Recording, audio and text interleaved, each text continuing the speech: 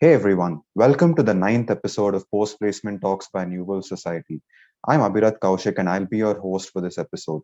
Our guest today is a computer science and engineering graduate. She passed out from PES in 2020.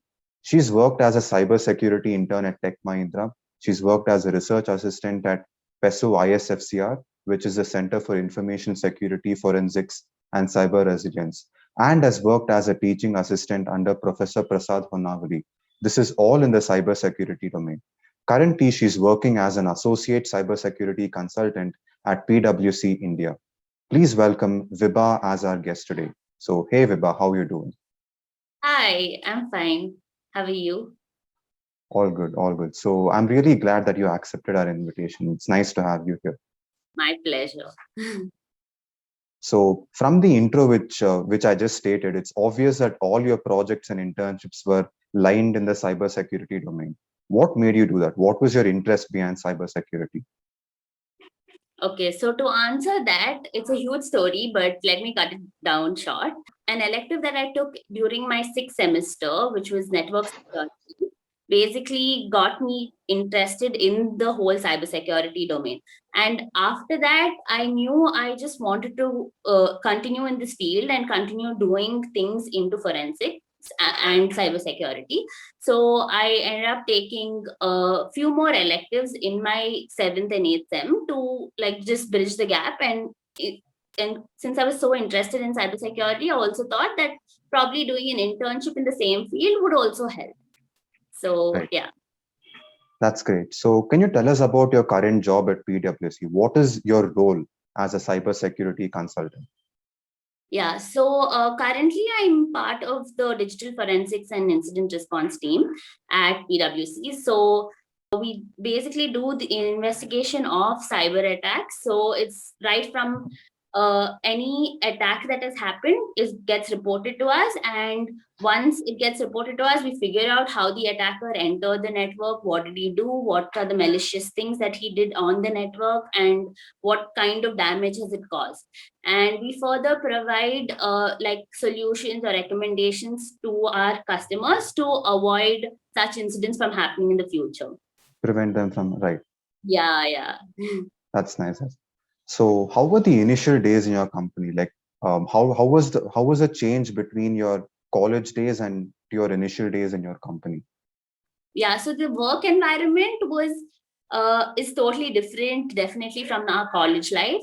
Although I could not experience the entire work environment since I started my work from home itself. So Right. I started in Jan 2021. So it just started off on like a random day right at home. I started working. So I did not experience the entire work environment life, but I definitely feel it's more professional, more practical experience of learning. So we've always learned the theoretical aspects behind Right. any like domain or anything that we're studying. But we although we do projects and stuff like that, we don't expose ourselves to real life scenarios. So if like, I wouldn't expose myself to an investigation before or a live cyber attack that's happening and try to do an immediate response to it before. Hmm. So I think that transition is nice, and knowing that your whatever work you're doing is impacting a person, is helping out a person, that satisfaction is what I like really love about my current role as well. So that brings me to the next question. So, how has the pandemic affected your role in the company? What were your struggles because of this pandemic? Yeah, so to be honest, I think all of us, since we are anyways, we just work on the laptop, so I don't think there's much difference in work wise. Right. But I think the interaction that we would have while we are at work compared to when we're working from home is completely different.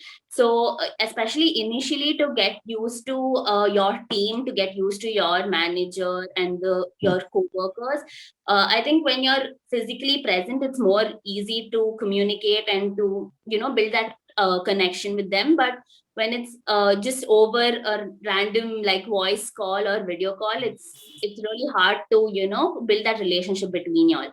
And also I think at least within your same team, you might interact normally, like on a daily basis or weekly basis. but interaction with people from the other teams to know what they are doing, or any kind of interaction outside your team or even with the higher ups is a little limited when it comes to work from home. So I think that is still a struggle which we are trying Yeah, to overcome. And like, I think only once we get back to work will we be able to, properly make use of. Yeah. that's great. That's great. Let's just take a step back from the job and talk about the placement process in college. So, how did you get this job in the first place? What were the key pointers in your resume? Okay. For the cybersecurity consulting role, we had 3 rounds. So first was the written test or the online exam Yeah, round, which was basically an only aptitude round. So we didn't have a coding round as such, because for a consulting role in general, they mostly want to see how good your analytical skills are than your coding skills. So the advantage was a lot of people from other domains also, like apart from computer science, could apply for this role. That was the first round. So after the aptitude round, we obviously got selected for the next round, which, like, for the people who got selected, they had the next round. So the next round was a technical round where they just asked you about, you show them your resume, they ask you about what you've done till now, why you want to join cybersecurity, what brings mm, you to cybersecurity, what interests you about cybersecurity in particular, since you're applying for that role. And the third round, like once you cleared that round, is the third round, which is the HR round. So the HR round is a very casual round, just to know about your interests, your other hobbies, and just to right. know how you are as a person. So I think these were the 3 rounds. For your question on like what exactly do they look for in your resume, Mm, I think what they looked at in my resume was firstly about what experience I had in that particular domain. So since I had done like few courses in cybersecurity before, like as part of our electives, and also since I'd done an internship in cybersecurity, it was like that was just like standing points. They didn't even look at anything else. They didn't even ask me, okay, we'll test your knowledge on whether you know this coding language or that. They mm, didn't even ask me all of that. They just asked me about what exactly did you do during your internship? What did you learn from it? right. And like, what did you study? How are you liking what you're studying right now related to cybersecurity? So they just wanted to know what exactly is my opinion on cybersecurity, rather than like the amount of skills and knowledge I have, and about what experience I have related to cybersecurity until then. Perfect. And that's a beautiful relation to the next question, which is, as I've stated earlier, you've worked in multiple internships, be it Tech Mahindra, ISFCR. How did you get these opportunities and how did it help you get your current job? Yeah. So Tech Mahindra, I joined as a cybersecurity intern. It was basically the summer internship, between your third and fourth year. So ideally, when I would had to Okay. sit prepare for my placement exams.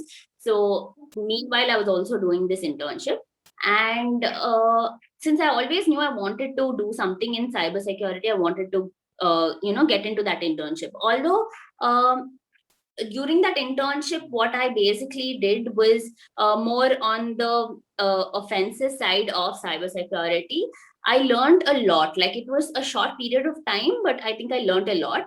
So to show, to tell you about how exactly that helped in my current role as well. As recent as yesterday, there was this one tool which my manager was talking about. And I was like, so everyone else on my team were like, okay, we're new to this aspect since we're in the forensic aspect. We don't know about the offensive side of cybersecurity. Right. So, like the hacking side of it, basically. So all of them were like new to it. So when my manager spoke about that particular tool, I was just like, yeah, I worked on this tool in my Tech Mahindra internship. So I know That's it. great. I know what you're talking about. Yeah. That definitely, puts you apart from the rest of the people, because even now it puts you apart. Like, it's not only until you get a job or until, you're placed. It also helps you later on in your career later on to, like, set you apart from the rest of them, probably. Right. So, yeah. So, so you have done internships and projects in multiple domains of cybersecurity, and that's what helped Yeah, you that's in your job. That's great. That's great. So now coming to one more aspect, we have these internships, projects, and research papers which the students do, right? How do you weigh its importance compared to CGPA?